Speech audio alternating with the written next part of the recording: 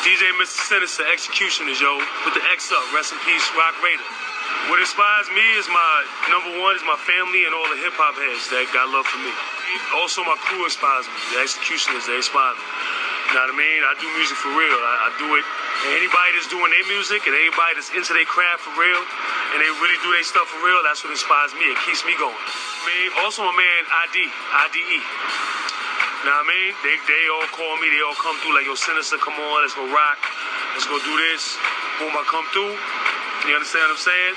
I go to different shows. I come out. I went to a Sean Price show, man. The amount of heads he had over there was impeccable, man. Yo, big shout out to Drew High. Yo, I love their shows, man. Anybody that's in the era of hip-hop from the 90s, I love, man. They inspire me. And the Lord, also, God inspires me. That's the number one reason. But everything else after that follows with him. Saying if it wasn't for him, I wouldn't be able to do this. And God bless all the followers and all the artists that respect me. I see them in the club, they come to me and they fucking got love for me. You know what I'm saying? I love that. That's what inspires me. Now, heartfelt. Be looking for it. Should come out in like March. I'm looking for a release in the summer. I'm trying to work. I got Sade on my album. I got Drake on my album. Unbelievable, right? Got a lot of other cats on my album I'm looking for right now. I got Planet Asia. I'm looking for all of them. Boom. Any underground head that's coming through, I got them. You understand what I'm saying? Y'all gonna expect a good album. 18 cuts. Heavy. It's gonna be heavy. It's gonna be real. It's heartfelt. That's the name of my title on my album. It's heartfelt because music is heartfelt. And believe me, IDE gonna be on the album. Blah, lifelong, all that. Creative juices. All day, every day. On top of many shows that's coming up, we're about to go on a tour. Executioners Reunion. We all family no matter what. That's how we keep it. We keep it family. Forget what you heard. Forget people are talking about like, yo, they not together or whatever. No, we always together. We always together. I speak to Rob and the Clips. I speak to all of them every day. And we're going to take the turntable and shit to the next level. We're already doing that. Big shout out to Q-Bird and all the niggas on the West Coast as well. They're doing their thing. Big shout out to all the DJs around the world that's doing their thing. Know what I mean? But we coming. We coming. Big shout out to Common. Big shout out to the Beat Nuts. Big shout out to Fat Joe, everybody I work with. Well, yo, I've been chilling. Most of the main reason why people haven't heard from me in a minute is because I believe that a great artist sometimes has to take a break. I tried to move to a certain area. I tried to move to Virginia actually. At one point, I felt that it was a better move for me. I felt it was a little more relaxed. I wanted more creative time. I was getting sick and tired of New York at that time, and I packed up and went down there. You know what I mean? And I had a lot of fans down in Virginia. There were a lot of people that would give me club work. I was doing stuff down there, but it wasn't the same. It wasn't the same as being in New York. And I stayed down there for like at least 2 years. I was down there for a minute.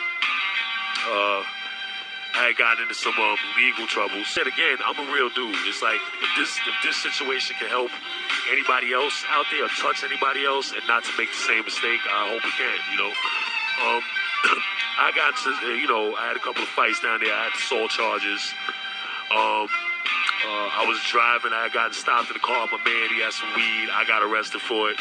And I was locked up for a good year. When I came out, I was on probation. I had broken up with my lady out there, and I was basically homeless. I had nowhere to go.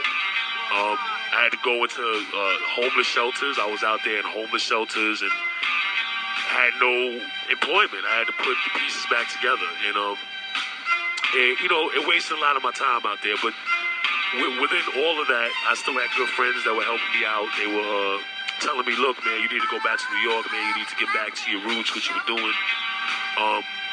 A lot of people that were hitting me up on MySpace, they, especially at the time I was incarcerated, couldn't get at me. So, of course, they were like, well, this guy doesn't have a phone or we can't contact him. I lost a lot of business.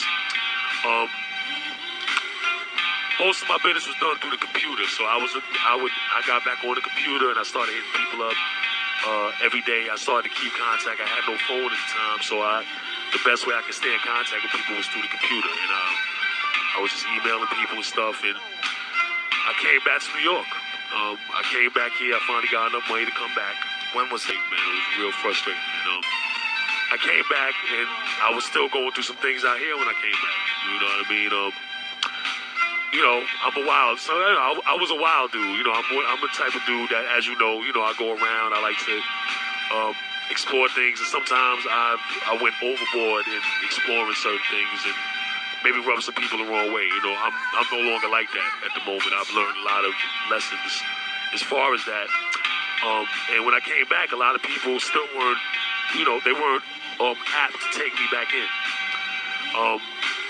But through change of myself, I was able to gain that trust back with people, and people started to know that I was back and I was still doing my thing.